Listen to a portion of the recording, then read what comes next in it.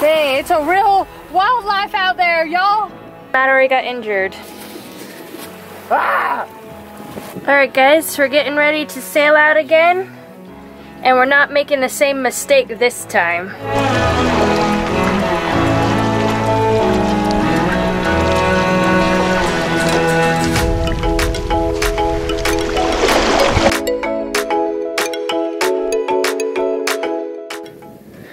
Got a safety line, and it's long so we can still move it around. And Matt already got injured. He fell in the hatch this morning while I was eating my breakfast. All of a sudden I saw his legs hanging in through the roof. And it's a little too big for a regular band-aid. It's bleeding a lot, so I'm gonna make a hillbilly band-aid with some duct tape and this paper towel. And what's good about this too is that not only will it keep the blood off, but when I go to take it off, I'll have a nice smooth wax job. So, we got that going for us.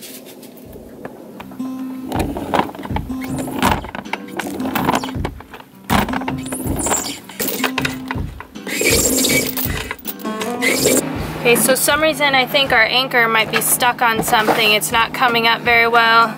So Matt's gonna have to dive in. What do you think it could be? I don't know. Could be any number of things. I can imagine there's a wreck out here that I haven't been to yet, though.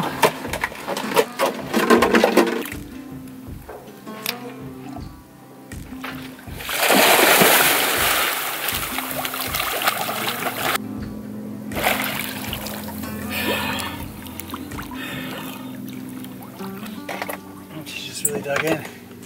Maybe we can go backwards and pull it out. It's almost there.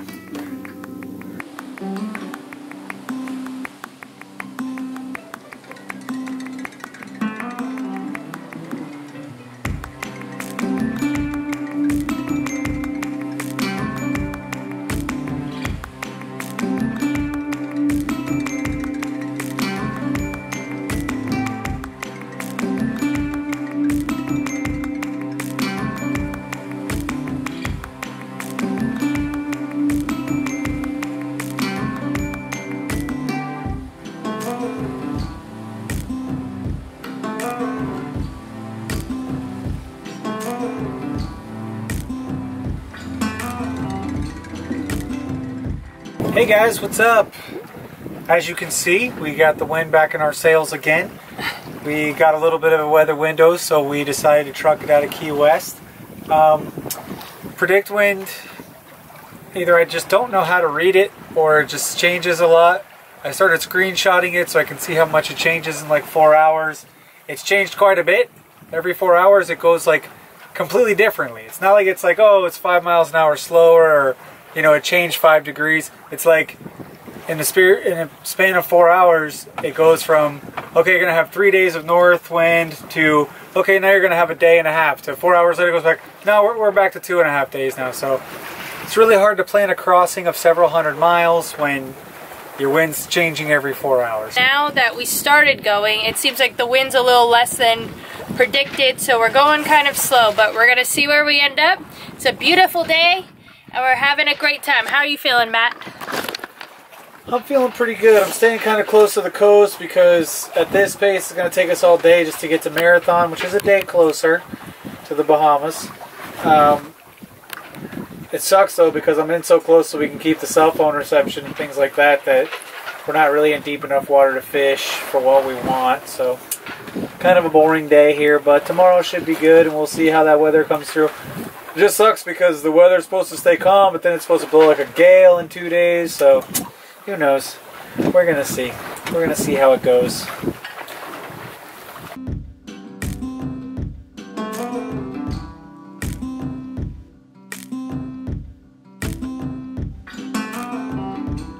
The sun's going down on my side of town, so Kristen's driving the boat.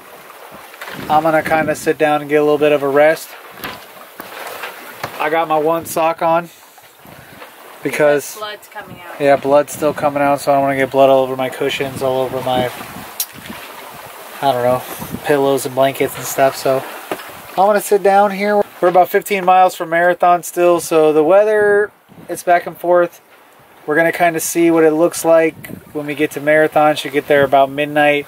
So when I'm going past there, I'm gonna look at all the weather again, see what's popping, and then maybe make my choice to go ahead and try to run it. So we'll see. Stay tuned. Yeah, luckily today, nothing too eventful happened. I mean, it's been a pretty slow ride, but I'll take it. It was relaxing, comfortable. I got some sun. The cat's happy. Matt's happy. So yeah, we stayed feeling good about this second round. And we stayed close enough to land where we could play on our Pandora and all that stuff while we were going. So, yeah, so this feels like a luxury sail so far for us. Yeah, so far. Knock on some wood. So far, so good. So we're gonna see. Hopefully the weather holds up and we can go ahead and run it. Go ahead and run across the stream tonight. Be across the stream by tomorrow morning. And then kicking it southeast.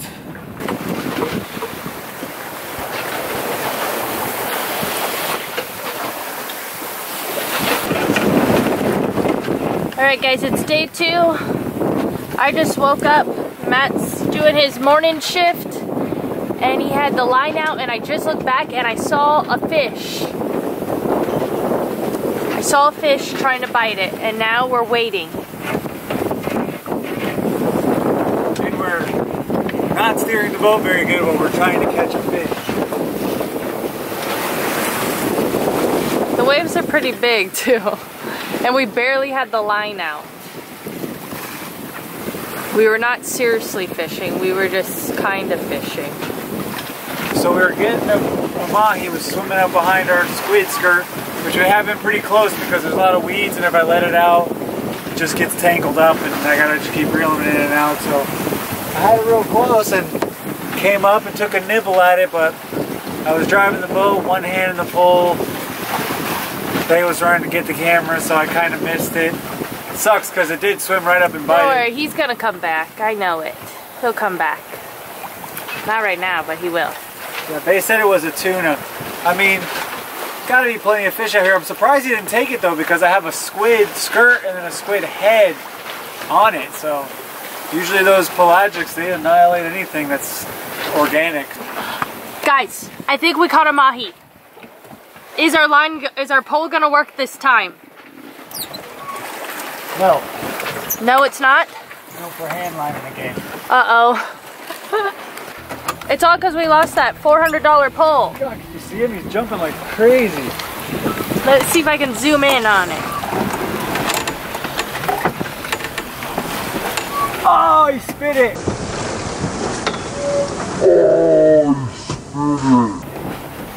We lost it? Yeah. No! Damn it!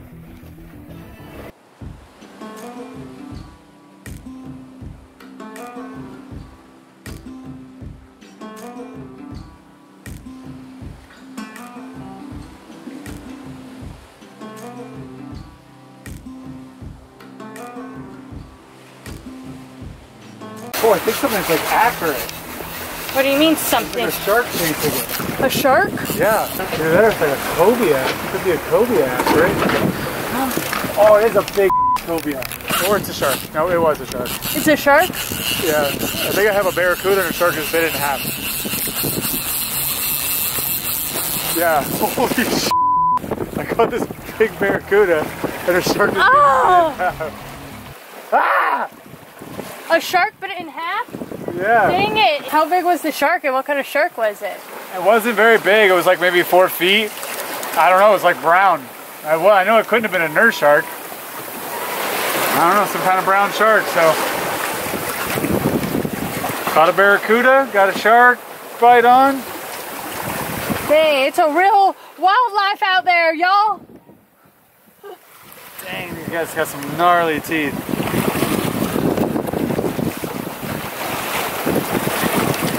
Well, here's to you, kiddo. Sorry you got killed for me, bro. So today's been an adventure of fishing for us, but we have no fish to claim for it. Almost caught 2 mahis, and then we thought we were catching a cobia, and really we caught a barracuda and a giant shark bit its head off. I tried to film it for you, but I was like trying to steer the boat, and now It looks like we got some storms coming around us. But other than that, pretty much nothing too crazy is happening. Everything's going pretty well, so nothing's breaking this time. Last crossing, everything was going to hell. Knock on wood. Everything was going to hell in a handbag, and now we're doing good. I'm feeling really pumped about this. We're gonna make it to the Bahamas, and everything's gonna go great, and hopefully we can get a fish actually on board. I don't know what this was, but it felt right. All right, I think we got another fish on the line. Oh, it must be like a jack or something small, because it just hit it again. Uh-oh. And now we're hooked up.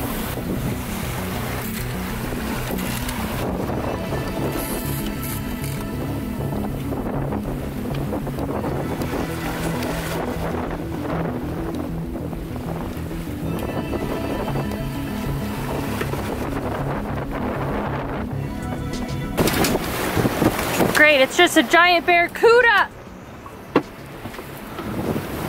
The wind picked up and storms picked up all as we're trying to catch this fish. We tried to drop our sails. Things just got crazy.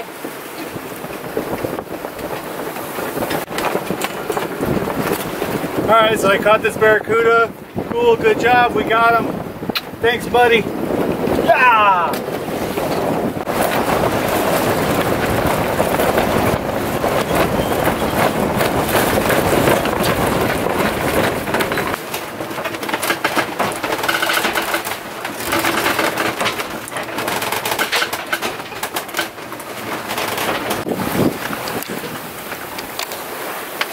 Alright guys, I just woke up from my nap and it's coming to the end of sunlight for day 2. The wind did pick up a little bit.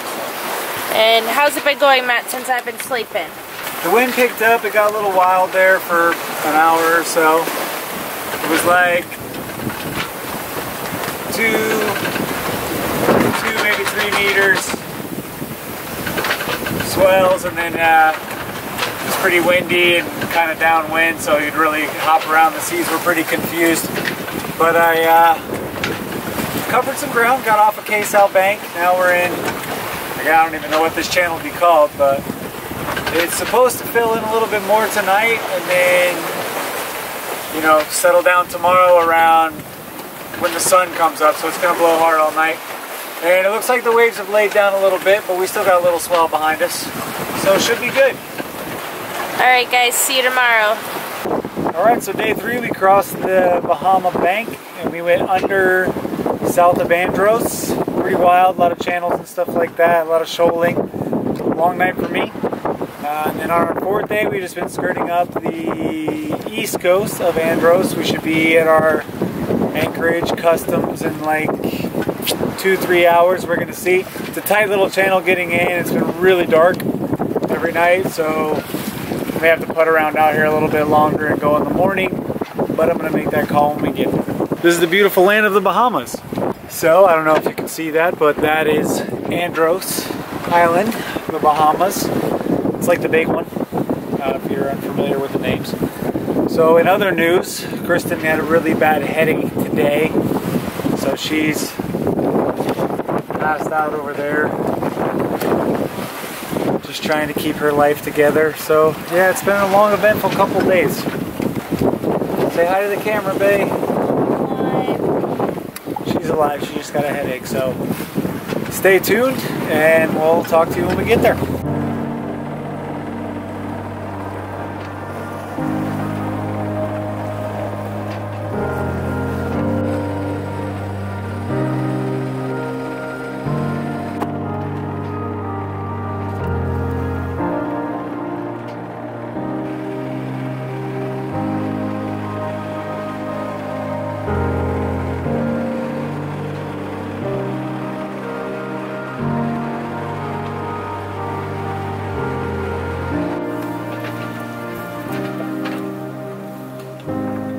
By sailboat. I need to check into customs. We made it.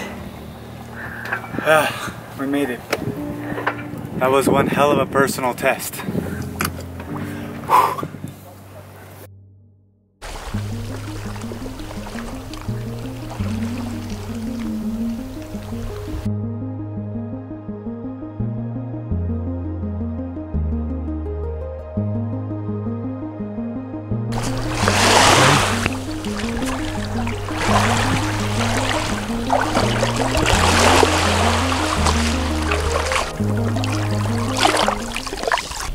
Hey guys, so we made it.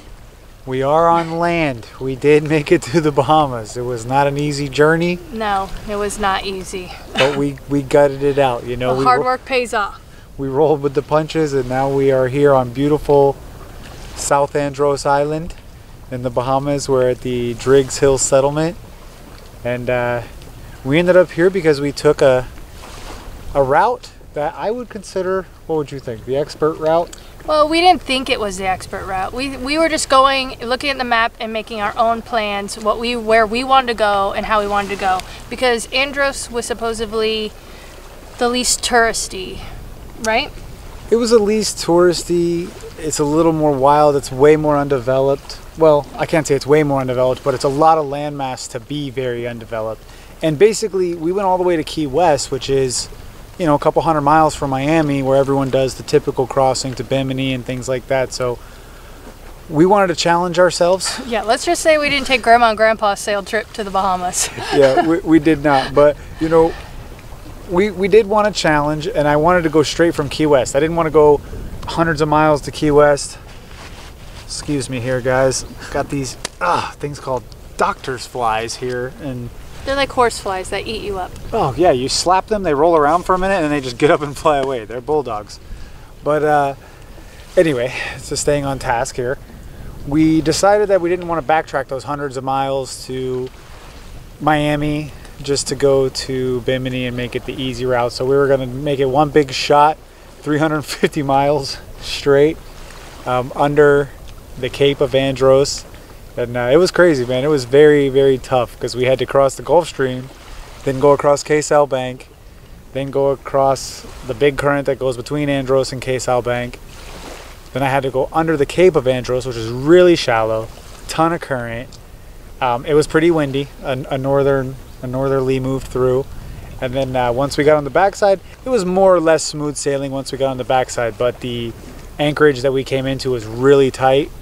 And we got here right as the sun was going down, so we couldn't really see. Yeah, in the video it shows that we're thinking we're going to get there in 2 or 3 hours. We ended up thinking about pulling up and then decided we can't see anything. It just looked like land. We don't see the inlet. There wasn't lights. So then we had to pull back out, and we couldn't really see a good anchorage from there to like wait in. So then we just went back and forth all night. And that's why day 5 is where you see that we actually decided to pull in.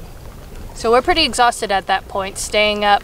It wasn't too bad, but we definitely would have had a hard time at night. The channel wasn't lit, so we would just kind of would have had to really trust the Garmin. The GPS, but that was off too. By the time we looked at it, it was way off. Our path was like on land is what it showed. So that would have been a disaster. We would have crashed. And as much as we wanted to go, it wouldn't have been a good idea. Yeah, what made it problematic was that it's the tongue of the ocean on the east side of Andros. So it goes from the shore to 1,200, 1,200 feet in the distance of a half a mile. So the currents are pretty crazy, and the way that the swells, which there were swells that day, were pushing up on that shelf, it just made it real tough to navigate, and the swells were pushing the boat around, and the channel's only 80 feet wide, and that's being generous. So it was tough to get in. We ended up getting stuck out there another night, but I basically just went out, just tacked back and forth throughout the night, and I was exhausted. But when we got here, man, boy, I was happy. But two, I think it was hard. It was very taxing, but now I think we got a little, we got a little salty sea dogness to us. Oh, and I got sick. I was pretty seasick. Yeah. I got a really bad headache, and then all of a sudden, the waves and everything, it just hit me. That's why you saw I was dead. Yeah. He was being nice saying I had a headache. Really, I was barfing. You never got too sick, though. You only barfed for you barfed one time, and then 10 minutes went by, you did one more, and then you were clear after that. Well, yeah, I had to lay down, though. I was out of commission. Yeah, that's true. So, yeah, I had to sack up and hold it down for, I don't know, 40 hours or something like that once she kind of went down. I don't think it was that much, but whatever. It was at least that much. Anyways, we made it. We took the difficult route, but we still made it, and we're glad we got here. We're glad we came here. Where we're anchored out is, what is it called again? It's the Driggs Hill settlement. It's the Driggs Hill settlement. There's nobody there. Nobody ever really comes there. People were shocked that we even brought a sailboat up there. Like, yeah, when I talked about some people, or when I talked to a few people, they were like, that's a pretty crazy route to take. But I think it was very confidence building. It was a confidence building route, I think, for both of us, because it really tests you when you start getting into that 3 and 4 day straight range, no autopilot. So you're fighting that helm the whole time.